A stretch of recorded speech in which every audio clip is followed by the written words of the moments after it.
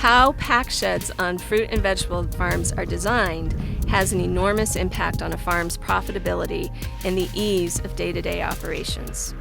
A well-designed and brightly lit area that is large enough to move around in improves worker comfort and safety and increases efficiency when moving product.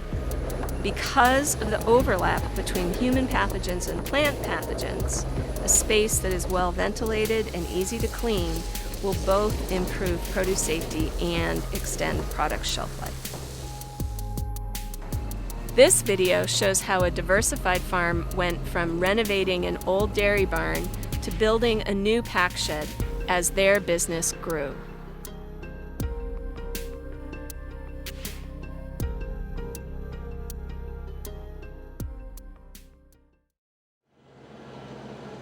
My name is Mark Foshing. My wife Krista Alexander and I run Jericho Settlers Farm. Started out really small, quarter-acre garden, sold produce out in front of the house on a table by the side of the road, and that was our market.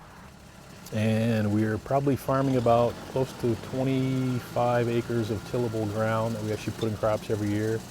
And we grazed probably 100 acres of sheep, beef, pork, and chicken.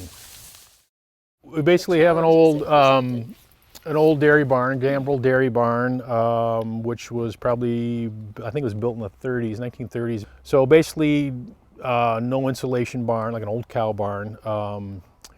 Various sections of concrete that would all busted up, and dirt floor. Very cold in the wintertime because there was, like I said, there's no insulation. You could see right through the barn boards to the outside. We insulated it, added plywood or dairy board that was washable. Painted the ceilings, added lights, brightened the place up so we could see what we're doing. Initially we had some gravel in there just so we could walk around. We weren't on dirt. And then we poured concrete and had drainage to drain the water in that facility. The most important thing was doing the concrete floor and the drainage, because the concrete allowed us then to move items around with a hand truck and move it pretty easily. Anyone could move quite a bit of weight on a hand truck or a cart as opposed to doing it by themselves. So it basically reduced multiple trips. So in matters of efficiency and ease on your body, concrete was a big factor for us. We got an old egg washer, and so we put that on one section of the barn. There's like a wall in that barn, that kind of a wall and a door that segregate that, what we call the egg room, from the, well, it used to be the vegetable room, which is on the other side of the wall.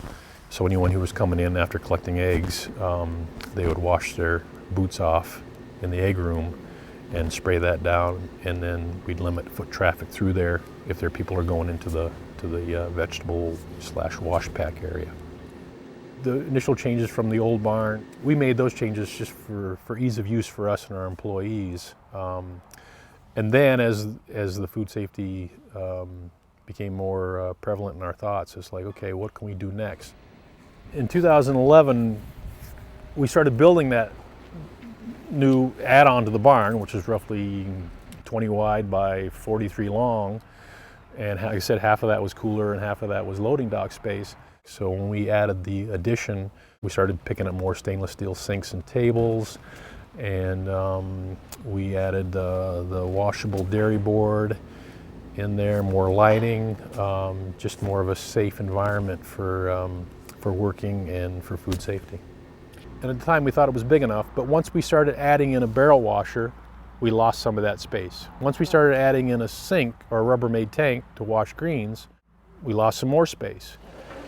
Now add to that, bringing in your totes or crates of produce to get them off of the truck, then you've got it full. And then add to that, okay, we got to have people working in there. It got small really quick.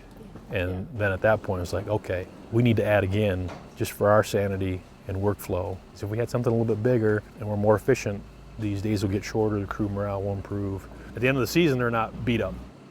I looked at other barns, looked at a lot of stuff online, talked to people about what we might want to do. And I was always advocating for a little bit bigger, for something that would work with us in the future. And So part of that was, Something you width, could grow length, into. something we could grow into. Bought a pretty sizable used walk-in cooler panels, and that in part kind of dictated the size of the building that we wanted to build. There's two bigger coolers in there now. One's a 22 by 22 by, I think it's 11 feet high at the ceiling, so a little bit taller than our previous cooler, so we can stack things. And the next one over, we went right to the ceiling rafters, which is around 18 feet. So now we can really stack height-wise. We can stack bins that are coming out of the field and use that space. So we got a big field cooler, which is roughly 23 by 22 by 18 high. Basically, that barn is 45 by 85, 18 feet high ceiling, and about half of that space is an open area where we have our wash pack equipment. So barrel washers, brush washers, soak tanks, stainless steel tables, and a lot of those things we have on wheels, or we're transitioning to put them on wheels. Our barrel washer we haven't got it on wheels yet, but it's going to go on wheels. Soak tank we got on wheels. Pallet jacks, even our garbage can is on wheels.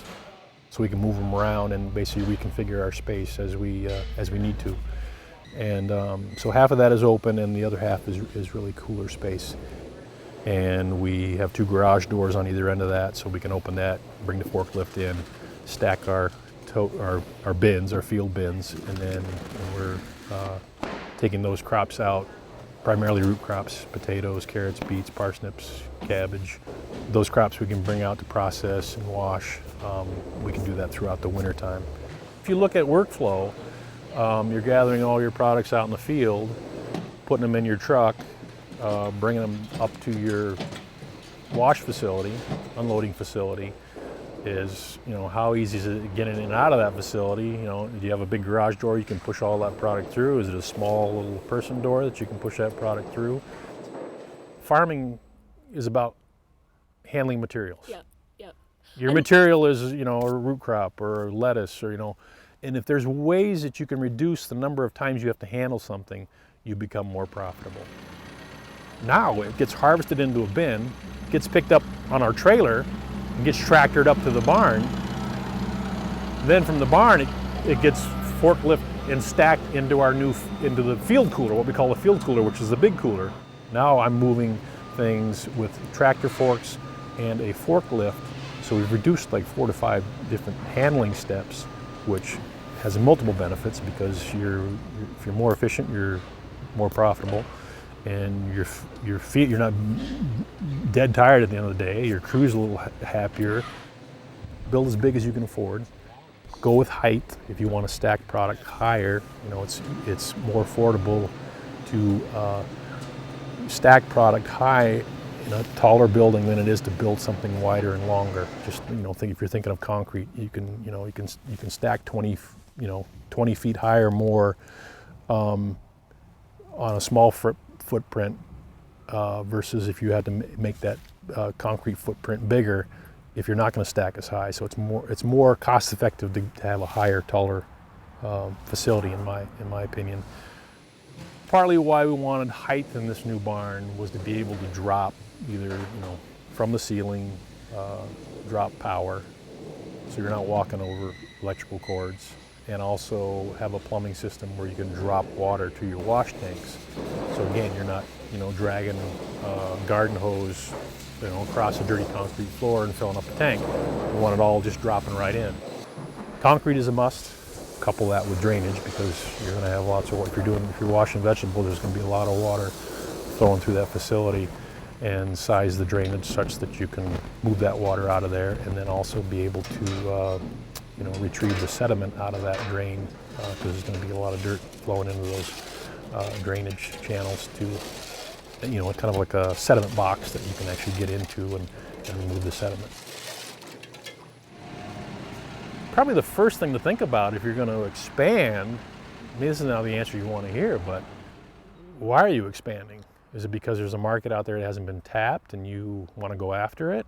Or are you just expanding because you're working in too tight of a spot? You have to really figure out why you want to expand, because that'll probably drive how big you expand into and how fast you expand into something.